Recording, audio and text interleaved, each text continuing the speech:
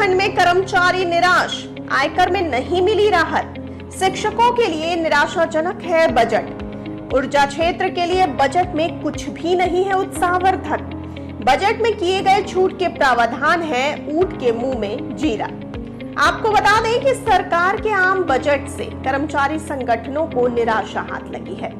संगठनों के पदाधिकारियों ने अपनी प्रतिक्रिया में स्पष्ट किया है कि न तो आयकर में कोई राहत मिली है और न ही वर्षों से लटकी पुरानी पेंशन की दिशा में ही सरकार ने कोई कदम बढ़ाया है।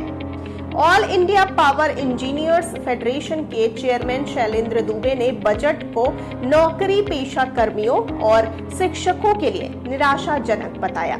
उन्होंने कहा कि ऊर्जा क्षेत्र, खासकर ट्रांसमिशन सेक्टर और राज्यों की विद्युत वितरण कंपनियों के लिए बजट में कुछ भी नहीं है।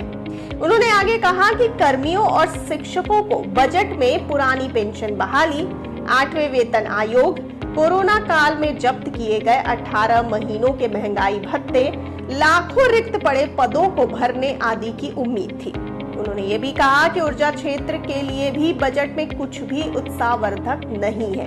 सबको बिजली और सस्ती बिजली देने के लिए सरकारी नीतियों के कारण भारी घाटा उठा रही राज्यों की बिजली वितरण कंपनियों को घाटे से उबारने की कोई योजना बजट में नहीं है। ट्रांसमिशन सेक्टर को सुदृढ़ करने की भी बजट में कोई चर्चा नहीं है।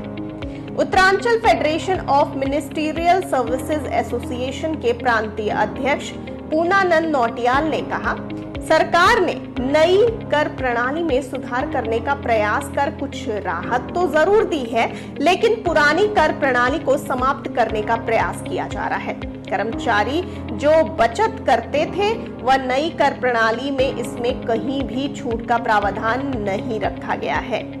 कार्मिकों को सरकार की ओर से बचत करने के लिए प्रोत्साहित करना चाहिए था।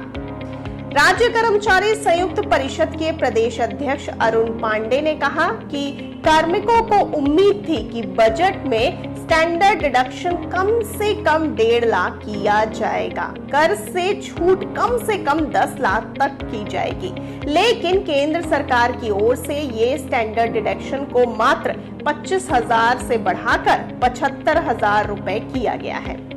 उत्तरांचल पर्वतीय कर्मचारी शिक्षक संगठन के प्रदेश संरक्षक पंचम सिंह बिस्ट का कहना है कि हमें उम्मीद थी कि बजट में इनकम टैक्स स्लैब में छूट व बजट सीमा बढ़ेगी, 18 महीने का रुका हुआ महंगाई भत्ता जारी किया जाएगा, लेकिन ऐसा कुछ भी नहीं हुआ। पुरानी पेंशन योजना और 8वें वेतन आयोग के गठन पर भी सरकार ने चुप्पी साध ली है। उन्होंने कहा कि कुल मिलाकर कर्मियों के लिए बजट अत्यंत निराशाजनक रहा है। राष्ट्रीय पुरानी पेंशन बहाली संयुक्त मोर्चा के राष्ट्रीय अध्यक्ष बीपी सिंह रावत ने कहा कि पुरानी पेंशन बहाली पर केंद्र सरकार की ओर से कोई भी निर्णय न लेना अत्यंत चिंताजनक है। आने वाले उपचुनाव और राज्यों के चुनाव में कर्मचारी इसका जवाब जरूर देंगे। साथ ही देश भर में बड़े आंदोलन की रूपरेखा तैयार की जा रही है।